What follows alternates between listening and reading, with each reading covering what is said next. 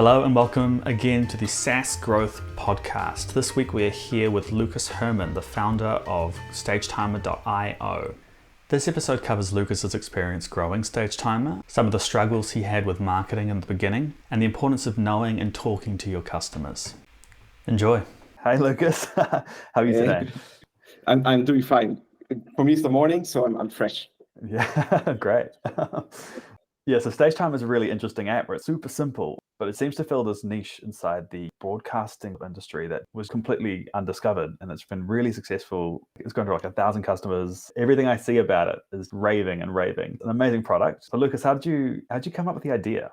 What was the driving force behind StagetiMer? Yeah, maybe I just say what it is so people kind of understand how the idea came about in a funny way. I usually say, like, if you have ever seen a TED Talk, you see the person on stage and then there's like this red display of a time in front of them that says, you have 5 minutes left because they're always 20-minute blocks or so.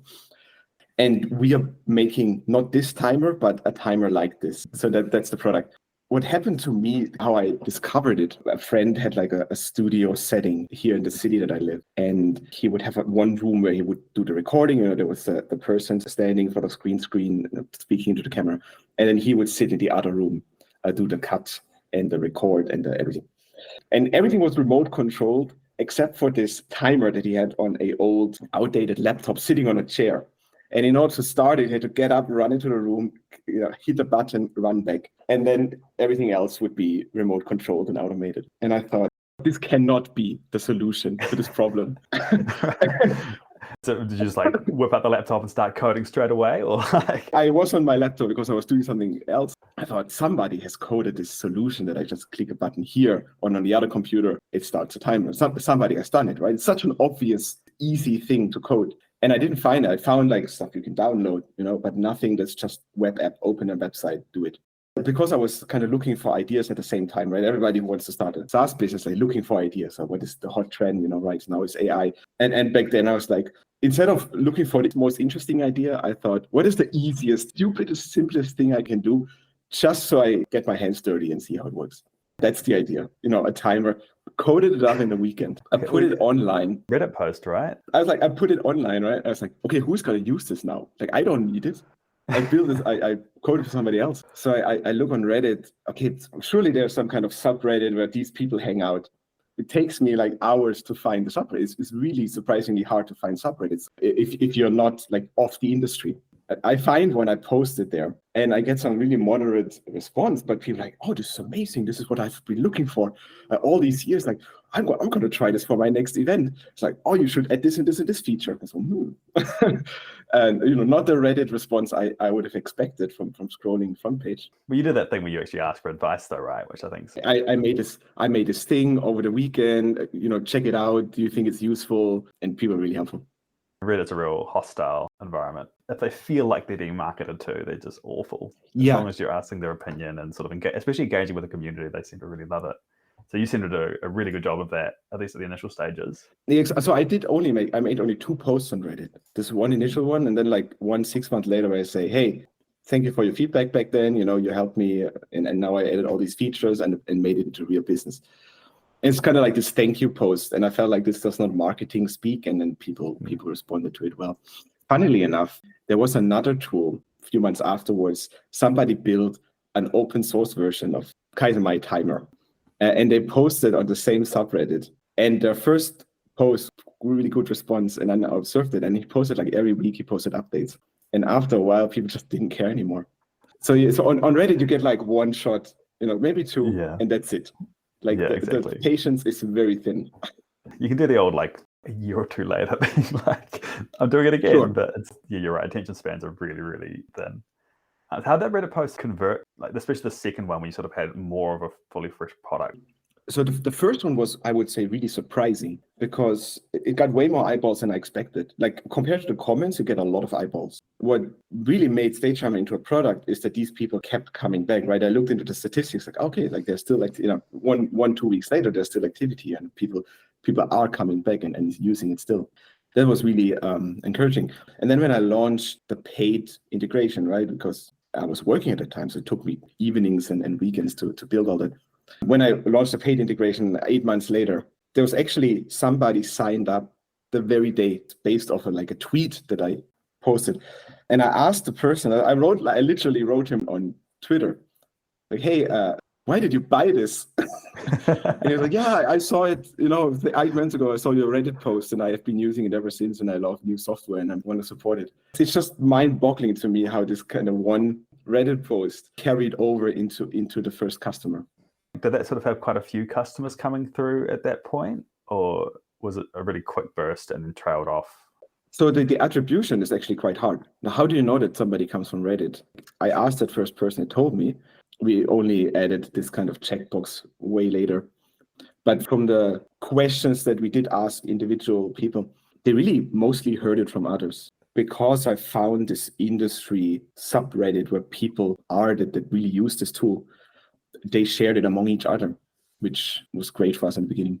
Did you do anything to encourage the word of mouth, or were you just happy to take the free marketing?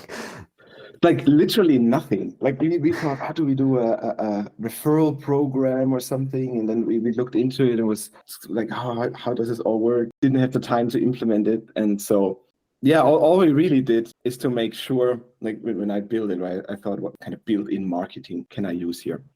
And I love the Dropbox story, where you say, you set up an account, but then if you share this link with somebody and they sign up too, like you get more space. Or if you share your file with somebody, they see you use and Dropbox. the credit account to use it, and then you get like 2 gigs or something. Exactly. And I thought, is there something where if people use the product natural, they share it? It's built in, right? That you get a link and you open this link on another computer in front of your talent, or it's in front of whatever backstage people or audio people that look at the same screen. And I just want to make sure that every one of those screens has my logo on it. And my logo is like literally the domain name, right? I'm not making some fancy stuff like stagetimer.io. That's the logo. So somebody sees it and I hopefully remembers it and goes from there. So what have you done? What do you do now to sort of get customers? Is it still mainly word of mouth, or is there some more active marketing? There's way more active marketing. So word of mouth is still a very big part. I would say up to 40% of our customers come through that. We have done a lot of Google ads now. Search engine optimization, the organic side of people finding us on Google, and then also the paid side. We gave them around $1,500 per month to put our page on some front, up and center.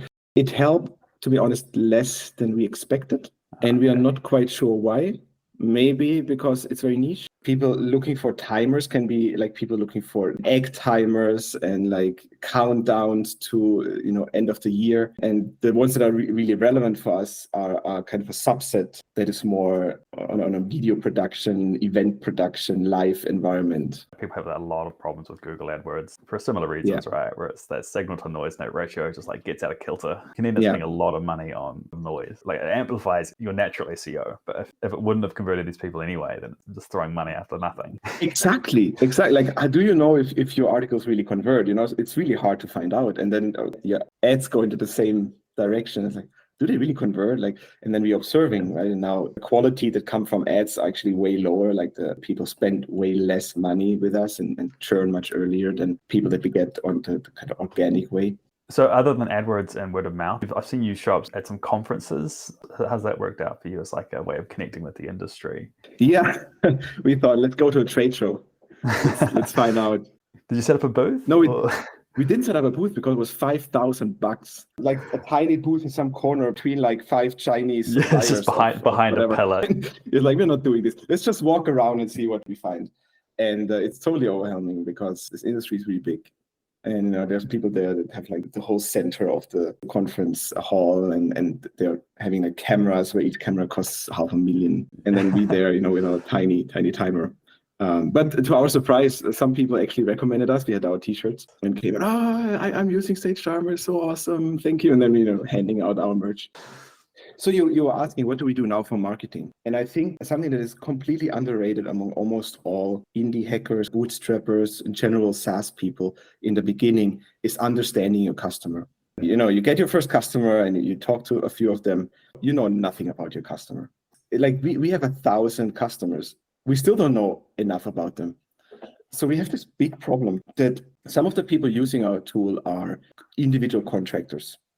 They do it on a very small scale basis. And they go and they look for a timer and they say, all right, it's like $20 is fine. I can use that on a tool, no problem. Above that, it's like I have to think twice. And we want to be below this think twice limit. But then they have two extremes here. The one is like the non-profit. And they write us and say, 20, it's so expensive. Can you like make a special deal for us? And they expect us to give it essentially for free. And then on the other extreme, we have the bigger corporation, the really big event company. And like they look at everything below $5,000 for the event. It doesn't even go on the list. And now our question is, how do you capture both markets? We know that the individual, the small guy, is the one that introduces our tool to the big guys, right? He comes to the event. He's like, oh, I'm using this awesome tool. And that's how we come into the big companies. So we need them to be able to use it. But how do you make the cut between like the package that they use and the package that we want the large corporation to use, which is maybe 10 times more expensive? It's not easy to do. Like, how do you justify 10 times more value in a product with marginal features? That's exactly a problem, right? Where you've got these two massively different spending habits and you're anchoring yourself to this $19 price point. It's like that is what it costs to address this other one where you're now anchored to $19. I'm sure there are tools out there that could happily charge thousands, even a month on these sorts of things. It's just, absolutely. Yeah. We made a decision very early on. We don't want to have a few large customers. We want to have many small customers. Just it gives us stability. It kind of avoids doing this like custom build tool for very large companies, and then you're locked into this kind of sales process. We didn't want that. You see a lot of businesses fail for exactly that, right? Where they just have one or two massive customers who are like 30 to 50% of the revenue, and that company pulls out, and suddenly they're sitting on all these developers and all these expenses, and well, I can't afford them anymore. It's a great idea to diversify. And it takes much longer to grow, but otherwise you have this problem. If you have 3 customers, one pulls out, 30% of your revenue just went away overnight, and you can go bankrupt from that. Is this your main source of income at the moment? It is my main source of income, but I'm working already kind of 50% of my time on the next project. Because for me, in the beginning, right, I thought, stupid timer, like how much money can you earn from a timer? 1,000 per month, maybe, right? Now, 2 months ago, we crossed 10,000 per month. But in my mind, I thought, at least I need to work on the next project that has more potential to be bigger. But I look back though, so over your journey, is there anything you would have changed or do differently between your first customer and where you are now? If I would start over again, I probably would do the same mistakes again. With perfect information though, like now you've got information that you didn't have. I think it is completely underestimated how important it is to stay simple. Every complexity you introduce, it just makes you so much slower later on. Here's a practical example. We have very typical SaaS pricing, monthly, yearly a bit cheaper, right? So we encourage people. And then the two-tier plan, tier 1, tier 2, the one has a bit less features, cheaper, more features, more expensive. But then we found out people have like one event and then they don't have something for 2 months and then they have an event again, or maybe only one a year. And they don't want to pay for the whole year. So we had crazy churn because people would purchase the monthly and then they would churn right away. And they would just say, yeah, I don't need it. So why don't we make a package just for them? Like it's one event. You pay, no subscription, fine. Okay, now we already have 6 payment plans, right? A monthly, yearly, and one-time purchase for 2 different tiers. And then we said, well, but here's the problem. We are in Europe, and then we are in the US, and then we are in Australia, and then we are in Japan, we have customers. Let's make prices that kind of work for everybody. So we manually set prices that look good in dollar, and that look good in euro, and that look good in Australian dollars, and in Brazilian reais, and in Japanese currency. Fast forward 2 years later, and we say, we really need team billing, right? Let's invite team members, and you can kind of that they pay per seat. And I'm literally in this situation right now that I'm thinking, okay, now there's like seats, and there's 2 plans, and there's 3 payment modalities per plan, and there's like manual set prices for each of them. You can imagine this like this tree of like options that you have to set just to get everything right. I was just sitting together with my wife a few days ago, and we said, you know what? Let's just simplify it. Let's get rid of the monthly plan. Let's kind of extend our one-time license to 30 days so it covers all these people that need it. Let's get rid of this. Let's get rid of that. Simplify pricing, simplify this, simplify that. However, it's always harder to simplify than to make it easy in the first place.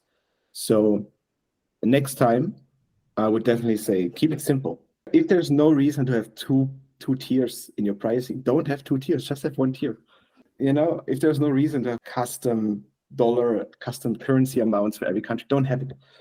We want to talk about the challenges you're facing now. You talked about you're going to hit the second stage of your business. What is that looking like for you at the moment? What do you think you need to do to sort of move into that new phase? So I think in order to understand the second phase, you have to understand what is the first phase of a business.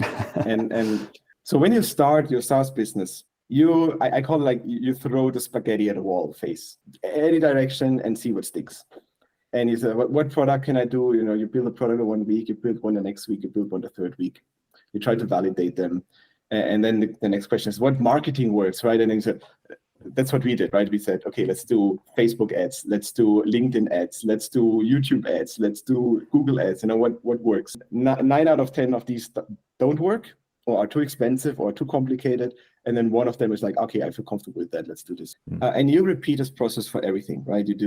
I just explained the pricing, right? You just like throw spaghetti, like what I could mentally plan, this height, you increase your prices and you get nervous and you lower them again and you try around and you make packages and features and stuff. And then you do landing pages and use case pages and compare pages and search engines. Like every single thing you do is just, okay, let me try out what works, and you iterate and change it all the time. And that's your first phase of the business. And it will bring you your early adopters, and it will bring you your first 100 customers, your first 500 customers, depending on B2B, B2C, how big. But eventually you come to the point where you say, okay, I know my landing page works. I know more or less what kind of channels convert. Where do my customers come from? I know who my customers are. I know what features they actually use and need on a daily basis. And now you're thinking, okay, how can I take all this firing in all direction that I did before and focus it in a single direction, right? What is my one plan this straight way that I walk? Yeah, let me start spinning this flywheel, right? And let me put energy into this one thing that I know works. And the more energy I put into this one thing, the faster it gets. And this is the phase that we are just entering now. I said before, right? You don't really know your customer. And that's really true. And we don't even know it until today. So we are really planning to interview people and say, like what features are you actually using? Like, what is the most important for you? What is kind of the happy path that you use every single time you use our app? So it's also filtering out customers. In the beginning, it's like my app for teachers, my app for nurses, my app for whatever, financial analysts. And then you understand eventually, okay, the ones that really are most happy, the ones that buy my app and never complain are those people. The other ones, they all complain, it's too expensive, it doesn't do this, doesn't do this. That's the noise. Filter out the noise, look for the people that don't complain, that are just happy and paying. Basically ignore, quote unquote, all the other ones. Like, don't put all the energy into those. Put all your energy into the happy ones. Understand your happy ones, put all your energy here. Build a tool that works best for them. It's definitely something I've said in my professional life before, in like my web design and web developer side of things. It's like you really want to make one group just ecstatic. You want to make them so unbelievably happy with your tool, and then like any other spheres you happen to get at the same time, it's gravy. But like you want to find one group and just nail it for that one group. I suppose it's another challenge of simplifying and being like, what does this one group really need, and how would I make it the best possible experience for them? Absolutely. And every now and then somebody says, oh, I'm using your tool for like horse racing. Perfect. And the danger here is, as I said before, the people that are unhappy with your tool are louder than the people that are happy with your tool. So throughout this time of throwing spaghetti at the wall, you always have this temptation of making the unhappy people happy. And that's why your tool can get very complex, because it adds features that the happy people don't need. And that's why this process is so important. What do you track in your business to make sure you're on the right path? So it's surprisingly hard. So we thought, eventually your business is 1 year old, you got your customers, and you're like I should be measuring things, I should be knowing things about my business. What do I need to know? Like, you have no clue. What do I need to know? And the first and obvious is your revenue. Like, how much money do I earn? How much money do I spend? How much profit is there? How much money do I spend per customer? That's easy. These statistics are easy. Now comes the hard part. Like, how many people that come to my website actually buy? And why do they buy? Like, how in the world do you measure this? And like I tried Google Analytics, I tried other analytics software, like doing this and making handstands. And it's like, I have no clue. Like, you just see these graphs, they go up and down, they don't really tell you anything. Like, it's nice if they go up, but why do they go up? And is it good if they go up? What we decided is, let's do the other extreme. We just ask people. The first thing we wanted to know is kind of, why do you use our tool in the first place? How do you know about our tool, right? Where do you come from? So when people, just after they purchased, they come to this page and says, thank you for purchasing your new plan, blah, blah. And then right there, it's like, how did you hear from us? And then people can select. And I made sure that it's only like four options, just to make sure like people are not overwhelmed and then ignored entirely. It's like a very kind of no-brainer. Click. Okay, then we found out a lot of people come through Google, a lot of people come through recommendation. Nobody comes through Facebook. And then we got to know also some, because we have like a wildcard field, people can just write in. So we know, okay, this podcast mentioned us, or this kind of community, Discord community talks about us. And then the next thing you wanted to know is like, why do people not want to use us anymore? In the beginning, we literally just wrote manual email. Everybody who canceled, we just wrote them an email like, hey, is anything wrong with our app? Do you need a refund? Did something not work? This was the magic email, because like everybody wrote back, no, everything was perfect. We don't need a refund. We just like, our event is over, or I'm not working at the company anymore. So we wrote out all the reasons, understanding what do our customers need. And that's where the kind of, okay, let's make a one-time package for them because they just need it once. And now the next step is kind of understanding like, how do you use it? Right. And instead of going in and kind of logging every single click in our website, because the hard thing about logging clicks is there's features you need to click 10 times to use properly. And there's a feature you only need once a day. Like, I don't know, you have an export feature that creates a PDF. People click on it once per week, maybe. But this is the optimal usage. While another feature, you need to you click every, 4 minutes, advance to the next thing. It's like people click it all the time. Now in your statistics, the one shows up as this big curve and the other one doesn't show up at all. And it doesn't really give you an idea if people use it or not. That's a problem we had. So we decided, let's just ask them. Like, do you use this? Do you use this? Is this helpful to you? And really work with anecdotal evidence. And what we found out is if you ask 4, 5, 6 people, you get already an incredibly good picture of the usefulness of a feature.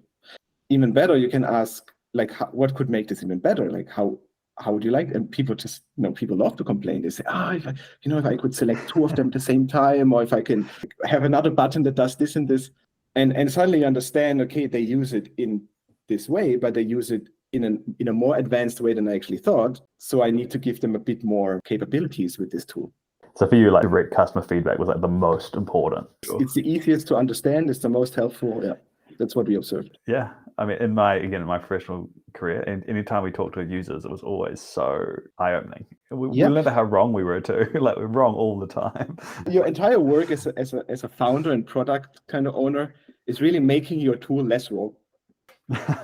Yeah, this has been an absolute pleasure, Lukas. I've loved this chat. Thank you for your time.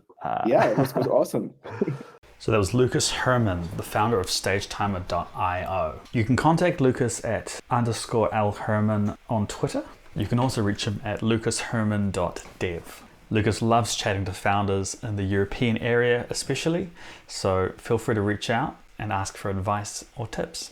So thanks for listening. If you enjoyed this podcast and want to be notified of all future episodes, you can sign up to the newsletter on carlanderson.xyz, where I'll also send you some helpful tips on how to grow your SaaS business.